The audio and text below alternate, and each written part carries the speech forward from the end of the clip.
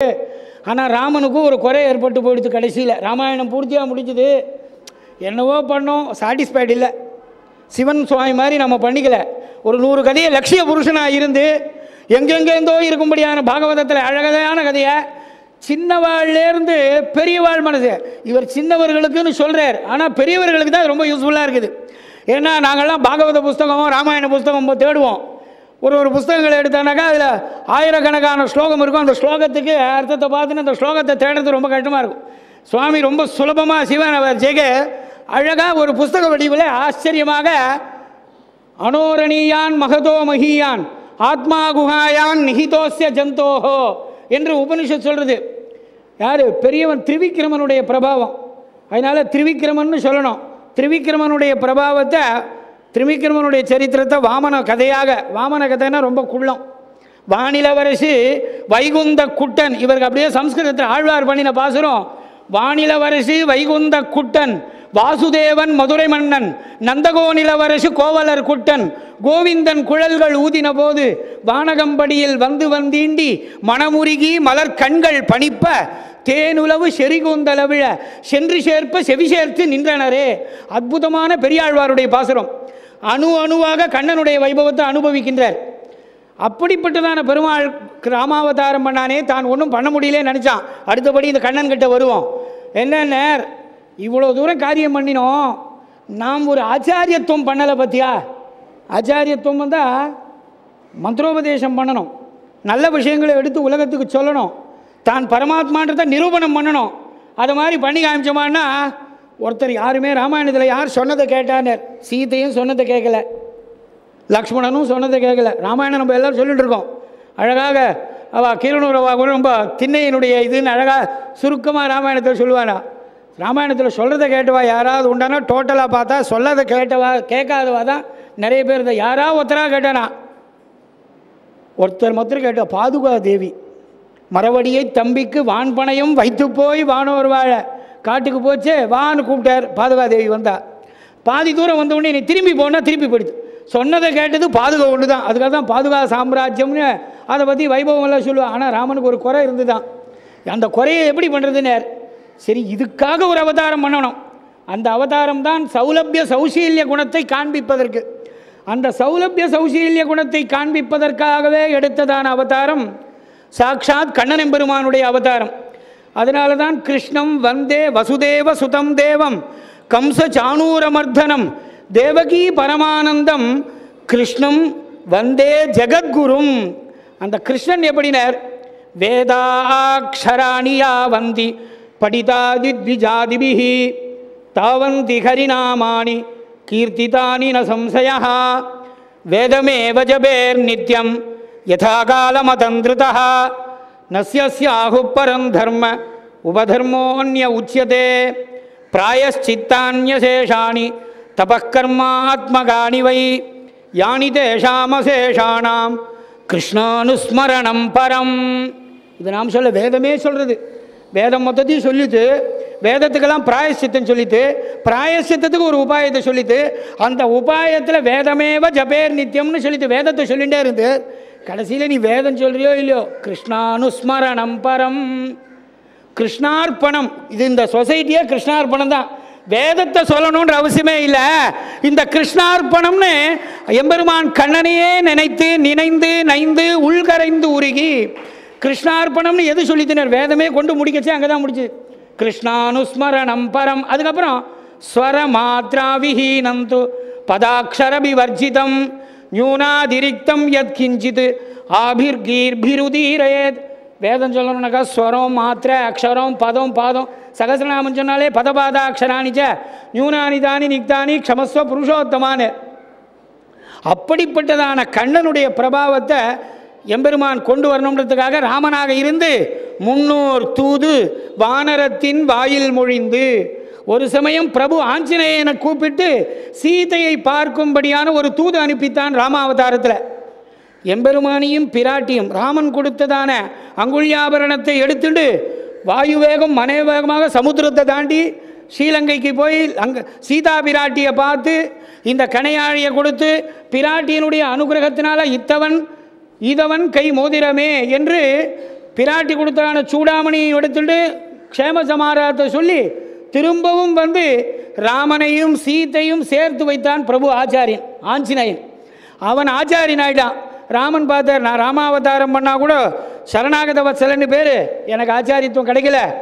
அனுமன் ஆச்சாரியன் ஆயிட்டான். பெருமாளையும் பிராட்டியும் சேர்த்து வைக்கும்படியான இடத்தினால பிரபு ஆஞ்சநேயன் ஆச்சாரியன். முன்னோர் தூது வானரத்தின் வாயில் மொழிந்து அரக்கண் மண்ணூர் தன்னை வாளியினால் மாள முனிந்து. அதனால் வாலியை கொன்று இலங்கை நகர் அரக்கர் கோமான்னு ராமாயணம் பேசுறது, அது மேலே போயிடும் கதை. அதனால் அரக்கன் மண்ணூர் தன்னை வாளியினால் மாள முனிந்து பார்த்தா அவனே பின்னோர் தூது. யார் அவனே என்று சொன்னால், முதல்ல ராமனாக இருந்த அந்த எம்பெருமான் சக்கரவர்த்தி திருமகன் அவனே கண்ணனாக அவதரித்து அவனே பின்னோர் தூது. ஆதி மன்னர்க்காகி பெருநிலத்தார், ஆதி மன்னர்கள் மைத்துனன்மார் காதலியை மயிர் முடிப்பித்து அவர்களையே மன்னராக்கி உத்தரைதன் சிறுவனையும் உய்யக்கொண்ட உயிராளன் உறையும் கோயில் பத்தர்களும் பகவர்களும் பரமொழிவாய் முனிவர்களும் பரந்த நாடும் சிற்றர்களும் தொழுதிரஞ்ச திசுவிளக்காய் நிற்கின்ற திருவரங்கமே. நாளைய தினம் கூட விஜய் தொலைக்காட்சியில் அரங்கனும் அறிஞர்களும் என்னும்படியான கருத்தரங்கத்தில் நமக்கு ஒரு பாக்கியம் கிடைச்சிருக்கு. நாளைக்கு வாணி மகாலில் 5:30 மணி அளவில். அது மாதிரி பத்தர்களும் பகவர்களும் பழமொழிவாய் முனிவர்களும் பரந்த நாடும் என்று எல்லாத்தையும் சொல்லி சித்தர்களும் தொழுதிரஞ்ச திசை விளக்காய், திசைகளுக்கெல்லாம் விளக்காய் இருக்கும்படியான திருவரங்கம். ஏன்னா பூலோக வைகுண்டம்னு பேர் ஸ்ரீரங்கத்தில். ஸ்ரீரங்கத்தில் ரங்கநாதன் தூங்குறானா, அந்த தூங்கச்ச கிட்டக ஆம்னாய கந்தருதிதா ஸ்புரிதாதரோஷ்டம் அஸ்ரா விலக்ஷணமனுக்ஷணமந்தாசம் கோபாலடிம்பவபுஷம் குகனா ஜனன்யாக பிராணஸ்தனந்தயமவைமி பரம் புமாம்சம். கண்ணன் தூங்கும்படியான ஸ்ரீரங்கத்தில் இருக்கவன் யாரு? ரங்கநாதன். அந்த ரங்கநாதன் யாரு? ராமனாலே ஆராதிக்கப்பட்டவன். இக்ஷ்வாகு வம்ச பிரபவகான்னு இக்ஷ்வாகு குலத்தினுடைய தனமாக இருக்கக்கூடியவன் ராமன். அந்த ராமனால் ஆராதிக்கப்பட்டவன் ரங்கநாதன். அந்த ரங்கநாதன் ஸ்ரீரங்கத்தில் படுத்துட்டு இருக்கான். சேஷபரியங்கத்தில் உபய காவேரி மத்தியில். கிட்டக்க போய் ஆழ்வார் ஆச்சாரியர்கள்லாம் கிட்டக்க போய் ரங்கநாதன் தூங்க செய்தானே குழந்தை. அதாவது சில பேர்கிட்ட பார்க்கச்சே பயமாக இருக்கும், ஆனால் தூங்கச்சே கூட சில பேர்கிட்ட பயமாக இருக்கும். ஆனால் அந்த ரங்கநாதனை போய் சேவிக்கணும்னு போய் பார்த்தாலாம், அவன் கொரட்டை விடுறானா தூங்கிட்டு. இந்த கொரட்டை உடைச்சே ஆம்னாய கந்தருதிதா, அது கொரட்டை உடைச்சே கொர்கொர். ஏன்னா நவநீத சோரன்னு பெரியலையோ, கோகுலத்தில் வந்து தயிரையும் பாலையும் வெண்ணையும் வாரி வாரி சாப்பிட்டுட்டு படுத்துட்டு இருக்கச்சே அவன் இலும்பலும் சளியும் இருக்கும். அது மாதிரி கொர்கொர்னு கொரட்டை விடுறான். அந்த கொரட்டையில் ஸ்ருதி வாக்கியங்கள்லாம் வருதான். கிட்டக்க போனால் வேத மனம் கமழும், அவருடைய மூச்சு காத்திலே வேதமெல்லாம் வருதான், ரங்கநாதனுடைய மூச்சு காத்துலேருந்து. ஏன்னா எஸ்ய நிஸ்வசிதம் வேதாகானா, வேதமே எம்பெருமானுடைய மூச்சு காத்து இல்லையா? ரங்கநாதனுடைய திருமேனியில் அர்ச்சாவதாரத்தில் அந்த வேதமெல்லாம் அப்படியே சுவாசிக்கிறானாம் பெருமாள். அப்படிப்பட்டவன் அந்த ரங்கநாதன் சொன்ன ராமன் சொல்லவில்லையோ, கொண்டல் வண்ணனை கோவலனாய் வெண்ணை உண்டவாயன். கொண்டல் வண்ணன்னு சொன்னான், கோவலனாய் வெண்ணை உண்டவாயன். அவன் மண்ணை உண்ட கண்ணனாம் வெண்ணை உண்ட கண்ணனாம். கண்ணன் யாரு கேட்டார்? கோகுலத்தில் போய் மத்தால இடையாட்சியர்கள் கிட்ட அடி வாங்கிட்டு வெண்ணையை வாங்கி திருடி சாட்டவில்லையா? கோவலனாய் வெண்ணை உண்டவாயன், என் உள்ளம் கவர்ந்தானை, என்னுடைய மனசே வசீகரணம் பண்ணினவன். அண்டருகோன் அணியரங்கன், என் அமுதினை கண்ட கண்கள் மற்றொன்றினை காணாவேனே. அதனால அடுத்தது என்ன பண்ணணும்னு ராமன் பார்த்தாராம். அவனே பின்னோர் தூது ஆதி மன்னர்க்காகி பெருநிலத்தார். அடுத்தது ஆச்சாரியம் பண்ணணும்னா, அந்த ஆச்சாரியத்துவம் எந்த அவதாரத்தில் பண்ணினார்? சாக்ஷாத் கண்ணன் எம்பெருமானுடைய அவதாரம் தான் ஆச்சாரியத்துவம் பண்ணினான். சகிருதேவ பிரபன்னாயன்னு ராமன் சொன்னான். சர்வதர்மான் பரித்யஜ்யமாம் ஏகம் சரணம் பிரஜ அகந்த்வா சர்வ பாபேபியா மோக்ஷயிஷ்யாமி மாசுச்சா என்று அறுதியிட்டு பேசின, தேர்தட்டிலே பேசின வார்த்தை என்பதாக வன்பத்தருக்கு மருந்தொன்று மாயவன் தான் உரைத்த இன்பக் கடல் அமுதாம் என நின்ன இக்கீத தன்னை. அவர் சம்ஸ்கிருத பரிச்சயமில்லை. 3 கிருஷ்ணன் அந்த புஸ்தகத்தில் சிவன் அவர்கள் 100 கதைகள் அற்புதமான கண்ணனுடைய சரித்திரத்தை புஸ்தக வடிவில் அமர்ப்பிச்சிருக்கா. அதில் 3 எழுத்ததனை, கிருஷ்ணனுக்கும் 3 எழுத்து தான் சம்ஸ்கிருதத்தில். 3 எழுத்ததனை 3 எழுத்ததனால் 3 எழுத்தாக்கி 3 எழுத்தை, அதான் பிரணவாகாரம். ஸ்ரீரங்கத்தில் இருக்கணும் அவன் தான். 3 எழுத்தை பிரணவம் அகார உகார மகார இதி என்று சொல்லக்கூடிய பிரணவம் தான். அந்த பிரணவாகாரத்தில் தான் ஸ்ரீரங்கத்திலே பள்ளி கொண்டிருக்கான் ரங்கநாதன். மூன்றெழுத்ததனை, மூன்றெழுத்து அகார உகார மகாரம், மூன்றெழுத்ததனால் மூன்றெழுத்தாக்கி துவயம் திருமந்திரம் சரமஸ்லோகம் என்று சொல்லக்கூடியது மூன்று. அதனால் மூன்றெழுத்ததனை மூன்றெழுத்ததனால் மூன்றெழுத்தாக்கி மூன்றெழுத்தை ஏன்று கொண்டிருப்பார்க்கு. வேதத்தை சொல்கிறதா இருந்தாலும் பிரணவத்தோடு தான் ஆரம்பிக்கணும், பிரணவத்தோடு தான் முடிக்கணும். பிரணவம் இல்லாத உலகமே பிரணவத்தினுடைய ஸ்வரூபமாக இருக்குது. அந்த பிரணவஸ்வரூபமாக இருக்கக்கூடியவன் ஸ்ரீரங்கத்தில் இருக்கவன். அந்த ஸ்ரீரங்கத்தில் இருக்கவன் தான் ரங்கநாதன். அந்த ரங்கநாதன் தான் கண்ணன். அதனால் மூன்றடி நிமிர்த்து, மூன்றடி நிமிர்த்து. வாமனாவதாரத்தில் மூணு அடி மண் கேட்டான், 2 அடி கிடச்சிது.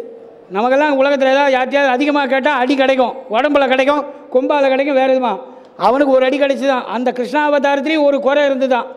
அதனால தான் குறை ஒன்றும் இல்லாத கோவிந்தான் ஆண்டாள் பாசுரம் பாடும்படியான காலத்தில் உனக்கு ராமாவதாரத்தில் ஒரு குறை இருந்தது, அந்த குறை கிருஷ்ணாவதாரத்தில் நிவர்த்தி ஆகிடுச்சு. உனக்கு குறை இல்லை. என்ன குறைன்னு 3 அடி வாமனாவதாரத்தில் கேட்டான் மண் ஓணும்னு. மகாபலி கிட்ட போய் 3 அடி மண் கேட்டதில் என்ன கிடச்சிதுன்னு 2 அடி தான். 1 அடி இட்டு அதல விதல பாதாள மகாதள ரசாதலம் இப்படி அளந்தான். புவர்லோக சுவர்லோக மகோலோக தபோலோக சத்தியலோக பிரம்மலோகம் மேலே இழந்தான். 2 அடி ஆயிடுத்து. 3வது அடி மண் எங்கடாப்பா கொடுக்க போறியான்னு கேட்டான் மகாபலி கிட்ட. இதுவரையில் தானம் நான் கொடுக்குறேன், அதாவது நான் பெருமாள் கண்ணன் கிருஷ்ணார்ப்பணம்னு பேர், நான் கொடுக்குறேன்னு நினைக்க. எல்லாம் ஒன்றுது. உண்ணும் சோறும் பருகும் நீரும் தின்னும் வெற்றிலையும் எல்லாம் கண்ணன். யத்கரோஷி யதஸ்நாசி யஜ்ஜுஹோஷி தத்குருஷ்வ மதர்ப்பணம். அர்ப்பணம்னு சொன்னான். அவங்கிட்ட போட்ட பாரத்தை நாம் பற்றி எதை பற்றி சிந்தனை பட வேண்டியதில்லை. அதனால எல்லாத்தையும் எம்பெருமானுடைய திருவடி வாரத்தில் கொண்டு கொடுத்துட்டா அவன் எல்லாவற்றையும் பார்த்துப்பான். அதனால 3 அடி கிடைக்கலையே, 2 அடி தானே கிடைச்சது. 3வது அடி என்ன பண்ணுறது? ஓங்கி உலகளந்தேன்னு 1 அடி கொடுத்தா. ஆண்டாள் நாச்சியாருடைய பாசுரத்தில் ஓங்கி உலகளந்த உத்தமன் பேர்பாடின்னு வாமனாவதாரத்தை சொன்னான். அம்பரமே தண்ணீரே என்ற பாசுரத்தில் அம்பரமூடறுத்து ஓங்கி உலகளந்த உம்பர்கோமான்னு 2 அடி கிடச்சிது. 3வது அடி கிடைக்கலையே அது ராமாவதாரத்துலேருந்து கிருஷ்ணாவதாரத்தில். இப்போ அன்றி உலகம் அளந்தாய் அடிபோற்றின்னு கிருஷ்ணா உனக்கு குறை கூடாது. அதனால 3 அடி கேட்ட நீ வாமனாவதாரத்தில் கிருஷ்ணாவதாரத்தில். அந்த 3வது அடியை நான் பாசுரமாக பூமாலை தொடுத்து உனக்கு சமர்ப்பித்தேன், பாமாலையாக பாசுரத்தினால சமர்ப்பிக்கிறேன். இது அன்றி உலகம் அளந்தாய் அடி. அதனால் 3வது அடி எடுத்துக்கடா கிருஷ்ணான்னு கொடுத்தாள் ஆண்டாள் நாச்சியார். அதனால அந்த எம்பெருமானுக்கு பூர்ணமாக கொடுத்து எம்பெருமானை திருப்தி கொண்டவள் ஆண்டாள் நாச்சியார். அதனால தான் வேதம் அனைத்துக்கும் வித்துன்னு சொன்னான். ஆண்டாள் நாச்சியார் பண்ணினது கிரந்தம் 30 பாசுரம் நாச்சியார் திருமொழி 1143. ஆனால் ஆயர் புகழ் 143 143 பாசுரம் நாச்சியார் திருமொழி, திருப்பாவம் 30 பாசுரம். ஆனால் இதனால் கண்ணனையே ஆண்டவள். கண்ணனையே ஆண்டவள்னா என்ன அர்த்தம்? தன்னுடைய பர்த்தாவனாக மணாளனாக ஆண்டதுனாலே ஆண்டாள். எப்படி பக்தி ஆண்டாள்னா எம்பெருமானுக்கு பூமாலையும் பாமாலையும் புஷ்பத்தினால அர்ச்சனம் வந்தனம் தாஸ்யம் சக்கியம். எம்பெருமானிடத்தில் பக்தி பண்ணுறது 9 விதமான பக்தினர், 9 விதமான பக்தி. அந்த பக்தியில் ஸ்ரவணம் கீர்த்தனம் விஷ்ணு ஸ்மரணம் பாதசேவனம் அர்ச்சனம் வந்தனம் தாஸ்யம் சக்கியம் ஆத்ம நிவேதனம். ஸ்மரணம் கண்ணனை தான் ஸ்மரணம் பண்ணணும். இந்த கலியுகத்தில் நமக்கு தோஷங்கள் பாவங்கள் எல்லாத்தையும் போக்கி எல்லா எம்பெருமானையும் நினச்சதான ஒரு க்ஷேமம் கிடைக்கணும்னா அது கண்ணனை ஸ்மரணம் பண்ணால் போல. ஸ்மரணம் கீர்த்தனம் கண்ணனை பற்றி பாடணும்னா தைரியமாக சந்தோஷமாக பாடணும்.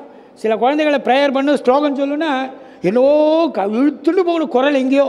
வேறு ஏதாவது பாட்டு பாட சொன்னால் கம்பீரமாக பாடும். ஆனால் அந்த பாடு பகவானுடைய நாமத்தை சொல்லச்சே ரொம்ப அத்தியாவசியம் ஒசத்து குரலவான். ஸ்மரணம் கீர்த்தனம் அவனை பற்றி பாடணும். விஷ்ணு ஸ்மரணம் நினச்சிதே நினைந்து அந்த கண்ணனை பற்றி அவன் புல்லாங்குழல் ஊதுறதுன, அவன் கோபிகா அவசரப்பண்ண அந்த நாகனை மேல் பண்ணேன்னு கண்ணனை நினச்சிட்டே இருக்கணுமா. ஸ்மரணம். அதுக்கப்புறம் பாத சேவனம். அவன் சன்னிதானத்துக்கு போகணும், அவனை போய் சேவிக்கணும். துவாரகை உத்தவர் போனார் இல்லையா, துவாரகை போய் கண்ணனை போச்சோடனே அனுப்புன்னு சொன்னோடனே பரம சந்தோஷமாக இருந்தான். அர்ச்சனம் போயிட்டா வெறுமர் கூட பெருமாளத்தில் போகிறதும் பாகவதாவில் சேவிக்க போனோம், பெரிய சன்னிதிக்கு போனோம்னா பத்திரம் புஷ்பம் பலம் தோயம் யோமே பக்தியா பிரயச்சதி என்பதாக ஏதாவது கையில் உபகாரம் எடுத்துகிட்டு போனோம். அதனாலே பாத சேவனம் அர்ச்சனம். அர்ச்சனம்னா அது ஒன்றும் இது ஒன்றும் இல்லை, ஒரே ஒரு திருத்துழா தளத்தை உன் திருவடியில் போட்டால் போகிறோம். அர்ச்சனம் வந்தனம், அதுக்கப்புறம் அவனை சேவிக்கணும். கைதொழா கையல்ல கண்டாமை, கை கொடுத்தான்னு சொன்னால் பகவானை ஸ்மரணம் பண்ணோம். ஸ்மரம் பாத சேவனம் அர்ச்சனம் வந்தனம், அதுக்கப்புறம் தாஸ்யம். அடிமைனா பார்க்குறவாள் நம்மளாம் ஆழ்வார் பார்த்தார். வாய்கொண்டு மானிடம் பாட வந்த கவியே நல்லேன், ஆய்கொண்ட சீர்வள்ளல் ஆழிப்பிரான் எனக்கே உளன். ஸ்தோத்திரம் பண்ணணும்னா நரஸ்துதியெல்லாம் பிரயோஜனம் இல்லை, பாகவதாலையோ ஆச்சாரியனையோ மகான்களையோ சொல்லலாம். அதனால் பாதசேவனம் அர்ச்சனம் வந்தனம் தாஸ்யம், அவனுக்கு அடிமை. சக்கியம் ஸ்நேகம், ஆத்ம நிவேதனம், அதான் கிருஷ்ணார்ப்பணம். ஆத்ம நிவேதனம்னர், இந்த ஆத்மாவை எம்பெருமானுடைய வஸ்துன்னு கொண்டு கொடுக்கணும்னர். அப்படிப்பட்டதான அற்புதமான திவ்ய சரித்திரங்கள், கீதையில் இருக்கக்கூடிய விஷயங்கள் மொத்தத்தையும் சுருக்கி சுருக்கி சின்ன கதை. அதாவது கதையை எடுத்துக்க ஆரம்பித்தா என்ன ராமாயணம் முடியலையா, மகாபாரதமாக இருக்குனர். ஆனால் சுவாமி எழுதின சிவன் அவர் ஜேகே சார் எழுதின கதை இருக்க குட்டி குட்டி குட்டி குட்டி அழகழகாக அற்புதமாக இருக்கு. ஒன்று ஒன்றும் கண்ணனுடைய சரித்திரம் அற்புதம், அந்த எழுதிய பாங்கும் அற்புதம். என்னென்ன, இது எல்லோருக்கும் தெவிட்டாத ஒரு புஸ்தகம். இந்த புஸ்தகத்தில் ஒரு கதைகளை படித்தா நம்ம மனசில் இருத்திக்க முடியும். அது மட்டும் இல்லை, பிராகிருதம்னு சொல்லுவாள், எல்லாருக்கும் ரீச் ஆகணும். வெறும் வேதாந்த சாஸ்திர ரீதியாக சொல்லிட்டு போனால் என்னவோ சுவாமி சாச்சியார் காலக்ஷேபம் சாச்சியார்ட்டு போயிடுவா. ஆனால் கண்ணன் என்ன பண்ணினானே, ராமன் சொன்னதெல்லாம் சில பேருக்கு புரிஞ்சுதான் புரியலையா.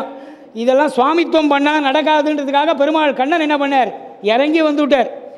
அறியாத பிள்ளைகளோம் அன்பினாளர்.